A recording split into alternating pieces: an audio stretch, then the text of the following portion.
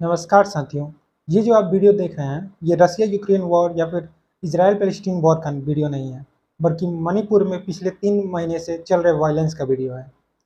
और ये मुद्दा और भी गंभीर हो गया, जब कुछ दिनों पहले एक सोशल मीडिया पे एक बहुत वीडियो ट्रेंड में चलने लगा, जिसमें करीब 1000 लोगों ने का एक समूह आके 2 लड़कियों के साथ गैंग रेप किया और उनका न्यूड परेड निकाला मणिपुर के सड़कों पे। और ये हम हमारे इस पर बहुत सारे सवाल खड़े करता है कि मणिपुर में आखिर चल क्या रहा है, इतना वायलेंस वहाँ क्यों हो रहा है और इन सब का सॉल्यूशन क्या है। तो आइए आज की वीडियो में इसी टॉपिक पे बात करेंगे कि मणिपुर में जो वायलेंस चल रहा है वो क्यों हो रहा है और इन सब का सॉल्यूशन क्या क्या हो सकता है। तो अगर आपको वीडियो अच्छा लगे तो लाइक कीजिएगा और चैनल को सब्सक्राइब कीजिएगा। मणिपुर इंडिया की 7 सिस्टर स्टेट्स में से एक है और ये नागालैंड, असम, मिजोरम और ईस्ट में म्यांमार के साथ अपना बॉर्डर शेयर करता है। म्यांमार में बेसिकली 2 कम्युनिटीज़ रहते हैं, एक है मैथई और दूसरे हैं ट्राइबल पीपल। ट्राइबल में भी बहुत सारे ग्रुप्स हैं, लेकिन उसमें जो मेन 2 हैं वो है नागा और कुकी ग्रुप, नागा और कुकी ट्राइबल्स ग्रुप। अब इन्हीं तीनों के बीच में जो राइवलरी चल रहा है और इसी की वजह से ये वायलेंस चालू हुआ है। अब इस वायलेंस का मेन रीज़न है land reservation and drug trading. अब लेकिन इसके पीछे का बैकग्राउंड जो है उसको अच्छे से समझने के लिए पहले हमें मणिपुर की हिस्ट्री जाननी पड़ेगी। मणिपुर पहले एक प्रिंसली स्टेट हुआ करता था, जिसे 1891 में जब ब्रिटिशर्स के पास इसका कंट्रोल गया तो उन्होंने इसका डोमिनियन स्टेटस दे दिया मणिपुर को। जिसका मतलब है कि अभी भी मणिपुर को तो एक राजा ही गवर्न करेगा, लेकिन जो डिफेंस एंड फॉरेन पॉलिसीज़ हैं वो सब ब्रिटिशर्स के ही होंगे। एंड इसका कहना मान भी लिया मणिपुर ने, क्योंकि उस टाइम पे नॉर्थ और ईस्टर्न साइड से नागा ट्राइब्स वाले ने मणिपुर को परेशान करके रखा था।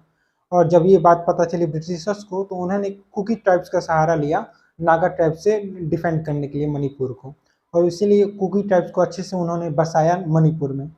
लेकिन एक प्रॉब्लम है ब्रिटिशर्स के साथ कि वो जहाँ भी जाते हैं डिवाइड एंड रूल पॉलिसी अपनाते हैं, और इसी के यूज करते हुए उन्होंने 1894 में बहुत सारे क्रिश्चियन मिशनरीज को बुलाया मणिपुर के अंदर, जिन्होंने धीरे धीरे करके वहाँ के बहुत सारे लोगों को क्रिश्चियनिटी में कन्वर्ट करने लगे।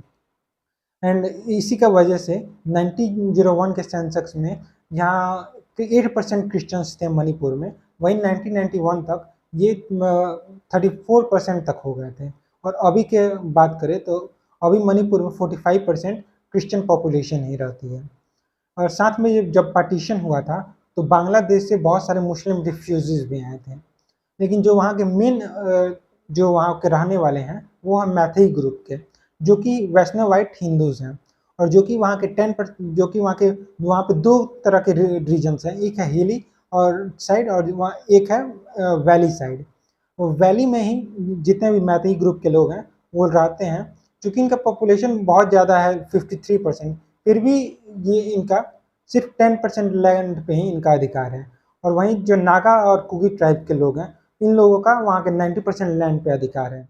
जो मणिपुर है वहाँ के 53% पॉपुलेशन मैथई ग्रुप का है, और इसीलिए वहाँ की 60 लेजिस्लेटिव सीट्स में से 40 मैथई ग्रुप के लोगों ने ओन करके रखा है। इसीलिए ये लोग पॉलिटिकली ज़्यादा स्ट्रांग हैं। अब चाहे इनकी पॉपुलेशन क्यों ना ज़्यादा हो, फिर भी इन्हें लैंड रिफॉर्म एक्ट के तहत प्रोहिबिटेड है कि ये लोग वैली रीजन के बाहर यानी हिली एरिया में लैंड नहीं खरीद सकते हैं। वहीं जो ट्राइबल लोग हैं वो लोग कहीं भी मणिपुर के अंदर ज़मीन खरीद सकते हैं, चाहे वो या फिर कोई भी मतलब बाहर से भी आके सेटल हुआ है तो वो भी आके ज़मीन खरीद सकता है मणिपुर में।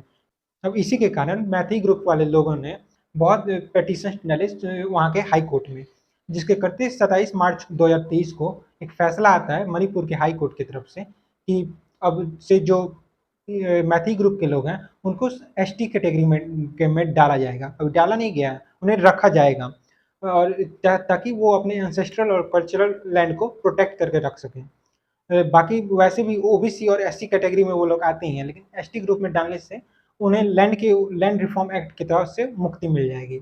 लेकिन इसका और साथ में जो बहुत सारे पुलिस ने छानबीन किया तो उन्हें पता चला कि ट्राइबल लोगों ने बहुत सारे लैंड गैर कानूनी तरीके से इंक्रोच करके रखा हुआ है, इसलिए पुलिस उनसे ये लैंड छीन भी रही है। तो ट्राइबल पीपल को ये मिसअंडरस्टैंडिंग हो गया है कि चूंकि अभी सरकार में मैथी ग्रुप के लोग हैं, तो वो लोग जानबूझ के हमारा लैंड छीनवा रहे हैं, और इसीलिए ये कम्युनल टेंशन हो गया है दोनों ग्रुप्स के बीच में। अब इसी में एक म्यांमार एंगल भी आता है। अगर आप देखें तो साउथ ईस्ट एशिया में एक गोल्डन ट्रायंगल है म्यांमार, थाईलैंड और लाओस के बीच में, जो कि ड्रग ट्रेडिंग का एक बहुत बड़ा मार्केट है। और इसी गोल्डन ट्रायंगल का एक छोटा सा पार्ट बन चुका है मणिपुर। बीते कुछ सालों से इसमें भी बहुत सारे ड्रग ट्रेडिंग के मामले आए हैं। और साथ में ये भी अब पता चलने लगा है कि कुछ सालों से मणिपुर में ओपीएम की खेती हो रही है, जिसके कारण ओपीएम और ब्राउन शुगर बहुत ज़्यादा मणिपुर के स्टेट में पाया जा रहा है। साथ ही जो म्यांमार है, इसमें अगर आप देखें तो इसमें कोई पॉलिटिकल स्टेबिलिटी नहीं है, ना ही कोई यहाँ पे गवर्नमेंट का रूल है। और साथ में चाइना का इन्फ्लुएंस भी बहुत ज़्यादा है म्यांमार के ऊपर। तो इस कारण से भी म्यांमार इंडिया के लिए बहुत बड़ा थ्रेट बन चुका है। अब ओवरऑल बात यही है कि मैथई ग्रुप के जो लोग हैं, वो लोग पॉपुलेशन में ज़्यादा हैं, लेकिन लैंड रिफॉर्म एक्ट के तहत वो लोग प्रोहिबिटेड हैं हिली एरियाज़ में ज़मीन खरीदने से। वहीं जो ट्राइबल लोग हैं वो पॉपुलेशन में तो कम है, लेकिन उनके ज़्यादा लैंड उनके हिस्से में आ चुका है। और इसके पीछे जो पुलिस है उन्होंने कार्रवाई की तो पता चला उन्होंने बहुत सारे गैर कानूनी तरीके से लैंड को इंक्रोच करके रखा है।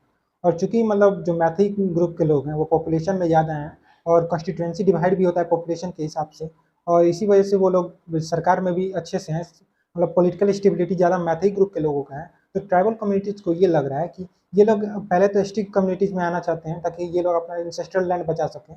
वही जो ट्राइबल ग्रुप को लग रहा है कि ये लोग हमारी ज़मीन छीन रहे हैं हम लोगों से।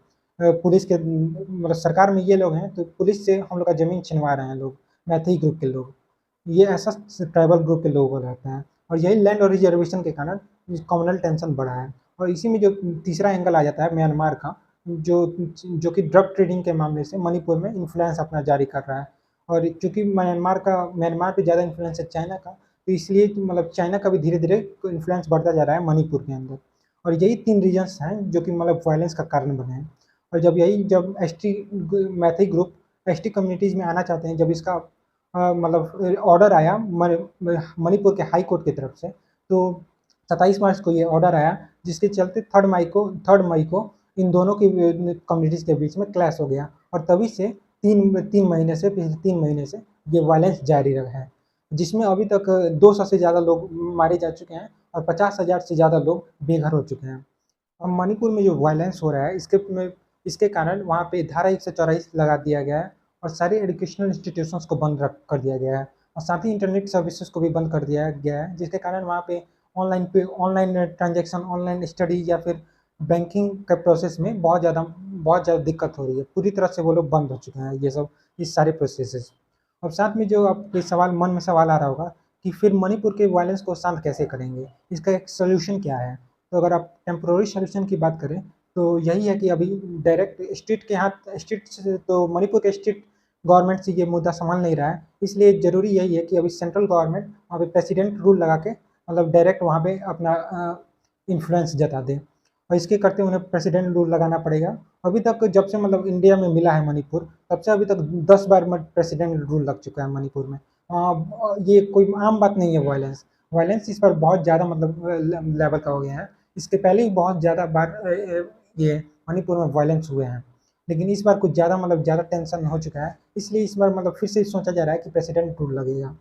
और अगर परमानेंट सोल्यूशन की बात करें तो यही परमानेंट सोल्यूशन होगा कि जितने भी वहाँ के नॉर्थ ईस्टर्न स्टेट्स हैं, वो लोग सेंट्रल गवर्नमेंट की हेल्प लें और खुद का एक बॉडी बनाए जो लैंड रिजर्वेशन और ड्रग ट्रेडिंग पे एक बॉडी बनाएगी और वो इन सबको कंट्रोल करेगी।